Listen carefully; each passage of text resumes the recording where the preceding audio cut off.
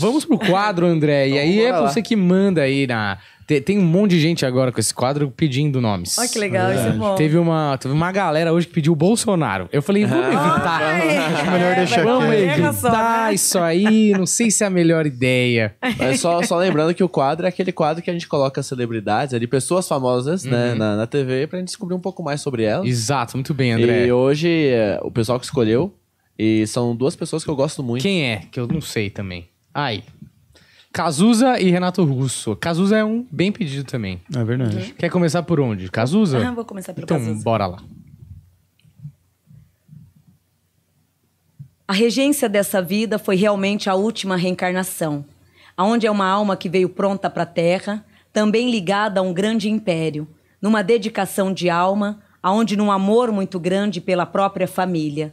Assim como muitos outros, ele também era um dos que entrava numa fase, sempre entrou numa fase de compaixão, de equilíbrio e de muita bondade.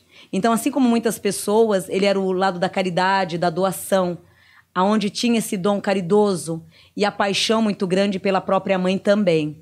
A mãe dele sempre foi o foco, o merecimento maior da vida. Aos 13 anos de idade, já sabia o que queria da própria vida, determinando caminhos. Não só interagiu por conta própria, como teve uma vida intensa, porém muito bem produtiva. Hoje é um espírito também muito bem resolvido, porém ficou em 2 anos em penitências espirituais. Após o desencarne, ficou em 2 anos num conflito espiritual muito grande. Não chegou a ir para o umbral, mas ficou numa estabilidade de expurgação, limpando mágoas e ressentimentos que ainda vinham existindo no pré-espírito. O desencarne hoje consigo entendê-lo com muita satisfação, aonde agradeço o tempo da vida, agradeço aos meus familiares e a tudo que recebi diante da vida. Mas foram 2 anos em que fiquei me debatendo muito, não vou dizer, mas tive momentos de revolta, ódio, rebeldia, aonde só queria entender o porquê. Cheguei a questionar o que fiz com a minha própria vida. Esses 2 anos após o desencarne, foi para mim meses muito difíceis. Hoje me acalento, hoje estou muito bem. Hoje o fato dele estar bem é também de uma genética muito paterna, onde toda a vibração espiritual está ligada ao pai. Então hoje ele está com espíritos muito elevados, porque vinha de uma família muito religiosa, né, em termos de paterno. Então esses ancestrais hoje traz a esse espírito uma evolução muito grande. Ele não volta, não retorna mais à Terra. E isso também, de uma certa forma, o traz aí uma felicidade muito grande. Se pudesse voltar, né, em termos de Terra, ele voltaria apenas para a gratidão materna, que é uma lembrança que ele sempre vai carregar eternamente. E principalmente por ela, como mãe, ter sido também em outras vidas filha e irmã dele. Essa é a 3ª reencarnação que eles reencontraram, ela vindo como mãe. Então, após o desencarne, 2 anos aí de conflitos com ele mesmo. Hoje, muito bem. Maravilha. Quer falar? Pode falar. Não, é porque ele teve AIDS, né? E até eu anotei uma frase que ele falou. Ele falou: a AIDS caiu como uma luva, modelinho perfeito de direita e da igreja. Meio que revoltado, porque eu imagino que as pessoas deviam julgar, né, a orientação sexual dele e dizer que era uma espécie de punição por ele ser do jeito que ele era. E aí, eu imagino que a revolta... Não sei se tem a ver com essa revolta do pós-vida. Essa, depois de 2 anos, mostra muito isso.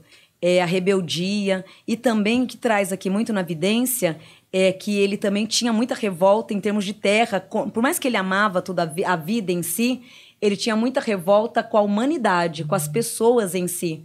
Ele aqui traz várias ingratidões, pessoas em que servi, tive penitências e ingratidões. Então ele tinha esse conflito em relação à amizade, aos grupos de família, aos grupos de amigos, o ser humano em si. Ele sempre debatia com muito fervor a raça humana, vamos dizer assim. Então é algo que ele sempre debateu durante a vida dele inteira. E nunca entendeu o ser humano. Tanto que após o desencarne, ele ficou 2 anos numa revolta emocional muito grande. Então traz ódio, mágoas e ressentimento após os 2 anos. Eu vejo na minha espiritualidade, assim, ele com uma dificuldade muito grande de encarar a vida em termos conviver com o outro, aceitar o defeito do outro. E ele é uma pessoa muito correta, muito justa. E as injustiças, traições, conviver na Terra e com as pessoas para ele, aqui traz que foi o pior desafio da vida dele. E se fosse para voltar, acredito que não voltaria. Se fosse para uma escolha, ele não voltaria. Porque ele não se arrepende em nenhum momento de ter ido. Ele questiona a forma, a revolta em si. Mas o conteúdo de seres humanos, de conviver na Terra, de estar aqui, esse espírito ele se debate muito sobre tudo isso. De uma forma ruim, não boa. O que eu fico pensando assim, né? Esse pessoal aqui que ele está dizendo, de igreja, eu imagino que seja a igreja cristã, né? Porque as igrejas cristãs têm esse preconceito com o homossexual. Me parece que seria, se Deus fizesse isso, punir alguém por causa disso, seria muito cruel, né? Deus, ele jamais, bebezão, Deus não pune ninguém, é o homem. É o ser humano que coloca palavras, coloca Deus, que Deus pune, que Deus castiga. Deus, ele jamais vai fazer isso. Eu falo pela minha vidência. Muitas coisas que eu vejo, assim, eu falo assim, gente, que absurdo, porque o que eu vejo não é isso.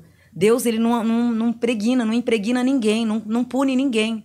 Jamais Deus vai punir um homossexual, vai punir você pela tua escolha sexual, jamais, jamais. É o homem que traz essa crítica e coloca Deus, né, à frente de tudo. E muito triste, né? Sim. Muito triste essas pessoas desejarem o mal para outra porque ela é diferente, assim. E se dizerem cristãos ainda. Sim, e não é. E Deus está muito acima de tudo isso. Deus está longe de preconceito, de críticas, de aborrecimento, de punição. Olha, se você não fizer, Deus vai te castigar. Deus não castiga ninguém. O próprio ser humano, ele se castiga por si próprio. Pela língua, né? A condenação, a lei de causa e efeito é isso. Né? O falar, cuidado, a lei de causa e efeitos, né? Porque tudo que vai e volta. A partir do momento que você fizer um mal para alguém, você pode ter certeza que você vai ter ele de volta. Então, não é que Deus te puniu. Você mesmo auto se puniu por tudo isso. E aí é mais fácil colocar o quê? Deus, porque se eu falar que é eu, ninguém vai acreditar. Então, eu vou dizer que é Deus. Mas Deus jamais pune alguém. Jamais. Eu acho engraçado como o ser humano tem um ego grande, né? Sim. Você acha que Deus, o Todo-Poderoso, que pode ir em todas as galáxias e ver todo mundo, vai se preocupar com o que você faz no seu quarto?